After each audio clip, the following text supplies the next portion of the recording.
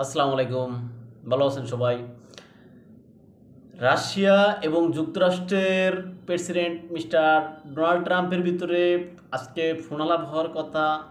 এখন পর্যন্ত আমরা যখন এই ভিডিও রেকর্ডিং করতেছি ততক্ষণ পর্যন্ত তাদের ওই আলোচনা চলমান, কিন্তু কোনো তাদের কোনো মানে যে ভাষ্য বা প্রেস যে বিজ্ঞপ্তি সেগুলো কিচ্ছু এখনও আসেনি। তবে আমরা অনেকক্ষণ ওয়েট করছি যে তাদের সেই মানে প্রেস ব্রিফিংটা আসুক, সেখান থেকে কিছু তথ্য নেব, কিন্তু ঘন্টাখানেক অপেক্ষা করলাম, তখনও তাদের কথা চলতেছে, এতটুকু আমরা জানি।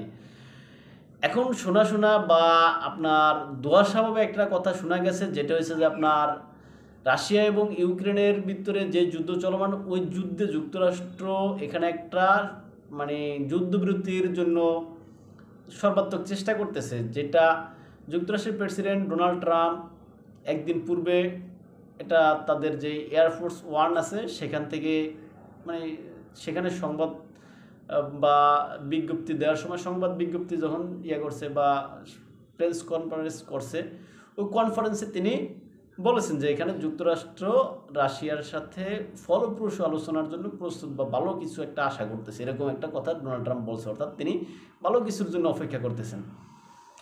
এখন সেখানে এই বিষয়ে আসলে যে ইউক্রেনীয় একটা পত্রিকা, সেখানে তারা বলছে যে বা ইউক্রেনীয় একটা সংবাদ মাধ্যম, তারা বলছে যে এই তাদের ভালো কিছুটা হয়েছে যে ইউক্রেনের যে ওদেসা বন্দর বন্দর আছে আপনারা জানেন, ওই মানে সমুদ্র বন্দর, ওই ওদেসা বন্দর রাশিয়াকে দিয়ে দেবে আর কি যুক্তরাষ্ট্র।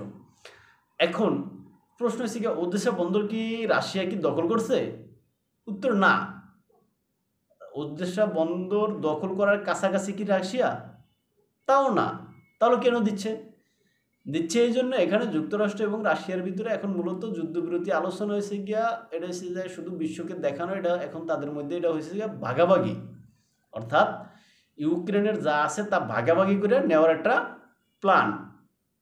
এখন এই যে ইউক্রেনের যে ওদেসা বন্দর আছে, ওদেসা বন্দর যদি রাশিয়াকে দিয়ে দেয়, ইউক্রেন অর্থাৎ ল্যান্ডলক একটা কান্ট্রি হয়ে যাবে, মানে তার সাথে আপনার সামুদ্রিক যে যোগাযোগ ওইটা থাকবে না। যদিও এক পাশ দিয়ে একটু বন্দর মানে সমুদ্রের সাথে একটু ব্যবস্থা আছে, কিন্তু ওইটা মনে ল্যান্ডলকের মতোই আর কি, স্বাভাবিক।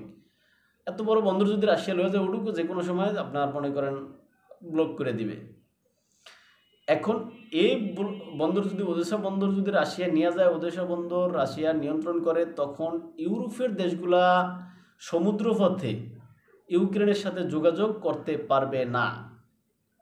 তাই এটা হয়তো ইউরোপও মান্য নিব না, ইউক্রেন নিজেও মান্য নিব না, কিন্তু তাদের যে খবর আছে মানে বা তাদের যে ভাষ্য আছে, ভাষ্য অনুযায়ী বোঝা যাইতেছে ওদেসা বন্দর রাশিয়াকে দিয়ে একটা মীমাংসা করতে যাইবে। এখন আসলে ডোনাল্ড ট্রাম্প যেভাবে রাশিয়াকে ছাড় দিচ্ছে, আমরা গতকাল বলেছি যে রাশিয়ার ভয়েস অফ যুক্তরাষ্ট্রের ভয়েস অফ আমেরিকা যেটা আপনার বন্ধ হচ্ছে, এখানে শুধু ভয়েস অফ আমেরিকা না, এখানে অনেকগুলা তাদের চ্যানেল বন্ধ হচ্ছে। এটা আসলে এই সমস্ত চ্যানেলগুলো দিয়ে এতদিন পর্যন্ত রুশ বিরোধী প্রোপাগান্ডা চালাইতো আর কি, বা সোভিয়েত ইউনিয়ন বা কমিউনিস্ট বিরোধী প্রোপাগান্ডা চালাইতো। এমনকি এই যে তাদের যে মিডিয়াগুলা, এগুলা এক এক দেশের এক এক মানে সাপোজ তারা তাদের মিডিয়া যদি মনে করেন ইউক্রেনে আসছিল, ইউক্রেনীয় ভাষায় ওইটার প্রচারণা চালাইতো। ওটা যদি মনে করেন বেলারুশে থাকতো, তাহলে বেলারুশের মানে ভাষায় ওটা ওইরকম প্রচারণা চালাইতো বা ওই ভাষায় আর কি চলতো। এখন যাতে ওই দেশের সাধারণ মানুষ যাতে বোঝে আর কি, বুঝে তাদেরকে এমনভাবে ব্রেন ওয়াশ করা যাতে তারা সোভিয়েত ইউনিয়ন বা কমিউনিস্টদের বিপক্ষে থাকে। অর্থাৎ ডোনাল্ড ট্রাম্প আসার পরে তিনি কি করছেন কি, আমার এটি দেখার দাঁড়দারি না ভাই, এটি মানে চালায় আমি আমার খরচ মানে দেশের টাকা কেন নষ্ট করুন, ডলার কেন নষ্ট করুন, তার ভাষ্য হচ্ছে এইটা। তাই তিনি ওগুলো বন্ধ করে দিয়েছেন। অর্থাৎ তিনি এগুলো বন্ধ করে দেওয়ার কারণে এখন তিনি মূলত রাশিয়ার দিকে এক ধাপ আগে গেলেন। কীভাবে আগে আসলেন, দেন দেখো তোমার বিরুদ্ধে এটি দিয়ে তো প্রোপাগান্ডা চলতো, এগুলো আমি বন্ধ করে দিয়েছি, এখন তুমি আমার সাথে হাত মিলাও, বিষয়টা এরকমের মতো আর কি। এখন এখানে পুতিন তো আসলে জানুমাল, পুতিন কেজিবির সদস্য এবং তিনি অর্থাৎ মানে গোয়েন্দা বাহিনীতে দীর্ঘদিন চাকরি করছেন, তারপর তিনি রাজনীতিতে আসছেন। আর রাজনীতিতে এসে তিনি প্রায় 20 বছর প্লাস তিনি এখনও রাষ্ট্র ক্ষমতায় আছেন, কখনো প্রধানমন্ত্রী, কখনো প্রেসিডেন্ট, এই দুইভাবে।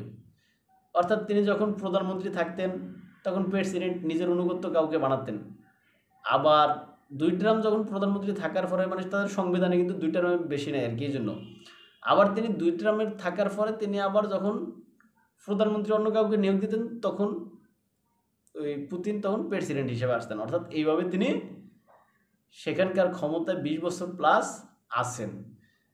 তার বিপরীতে যুক্তরাষ্ট্রে আপনার বারাক ওবামা ছিল, তারপরে আসলো কে এই যে ডোনাল্ড ট্রাম্প ক্ষমতা শেষ করে গেল, আসলো জো বাইডেন ক্ষমতা শেষ করে গেল, আবার আসলো ডোনাল্ড ট্রাম্প।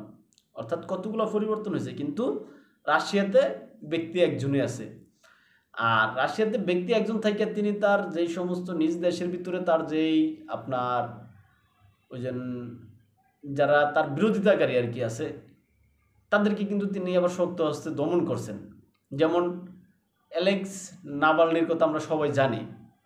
নাভালনিকে তিনি বিষ প্রয়োগ করে তামায় হত্যা করতে চাইছিলেন, সর্বশেষ তিনি জেলে, সেখানে আসলে নির্যাতনের কারণে নাকি নাভালনির মৃত্যু হয়েছে, এরকম কথিত আছে আর কি। এখন সেই প্রেসিডেন্ট মিস্টার পুতিন তিনি আসলে বিভিন্ন বিষয়ে জানো খেলোয়াড়, তাই ডোনাল্ড ট্রাম্প তার সাথে কতদূর পারে আলোচনায় নেগোসিয়েশনে সেটাই দেখার বিষয়। আর ডোনাল্ড ট্রাম্প যে আশাবাদী ছিলেন বা আশাবাদী আছেন যে তিনি আজকে ভালো একটা কিছুর সংবাদ পাবেন, আমরাও আসলে ভালো কিছুর আশায় আছি। আমরাও চাই যে সেখানে একটা যুদ্ধবৃত্তি হোক, সাধারণ মানুষের জীবন মৃত্যু যে এইভাবে মানে অকাতরে মানুষজন মারা যাচ্ছে এগুলা রক্ষা পাক। আর ওদিকে রাশিয়া প্রায় তার ক্রুশ কনসোল তো অলরেডি পুনরুদ্ধার করে নিয়েছে। সেখানে ইউক্রেনীয় সৈন্যদের অবস্থা খুবই করুণ, যারা অবরুদ্ধ অবস্থায় আছেন তারা সেখানে হয়তো তাদের মৃত্যু না মুক্তি, মানে তারা সেই অনিশ্চয়তার ভিতরে আছেন তারা। আর যারা সুযোগ পাচ্ছেন তারা পালিয়ে গেছেন বা পালিয়ে যেতে চেষ্টা করতেছেন, আর যারা পারেন না তারা সেখানে রাশিয়ার মানে সৈন্যদের হাতে ধরা খাচ্ছেন, অর্থাৎ মার খাচ্ছেন। তবে এই জন্য ডোনাল্ড ট্রাম্প পুতিনকে একটা অনুরোধ করছিল যাতে তাদের সৈন্য অর্থাৎ ইউক্রেনের সৈন্যদেরকে যাতে মারা না হয়, এই জন্য পাল্টা একটা প্রস্তাব বা পাল্টা একটা শর্ত মিস্টার পুতিন দিয়েছিলেন, যেটা হচ্ছে যে ইউক্রেনের সৈন্যরা যাতে আত্মসমর্পণ করে, তাহলে তিনি তাদেরকে মারবেন না বা তাদের সাথে আন্তর্জাতিক আইন অনুযায়ী বা আন্তর্জাতিক আইনে যেই কথা বলা আছে ওই অনুযায়ী আচরণ করা হবে। এটা হচ্ছে কি মিস্টার পুতিনের কথা। যাই হোক, এখন আলোচনায় বসবে তারা বা ফোনালাপ চলতেছে, ওই ফোনালাপে আসলে কি পুতিন কি মানে আপনার ট্রাম্পকে কনভিন্স করে ফেলান না ট্রাম্প পুতিনকে কনভিন্স করে ফেলান, এটি দেখার বিষয়। কার স্বার্থ বেশি প্রাধান্য পাইব সেটা দেখব বিশ্ববাসী। এই আশাবাদ ব্যক্ত রেখে আমরা আমাদের লাইভ অনুষ্ঠান বা ভিডিও অনুষ্ঠান এখানে শেষ করলাম। ভালো থাকবেন সবাই। আসসালামু আলাইকুম।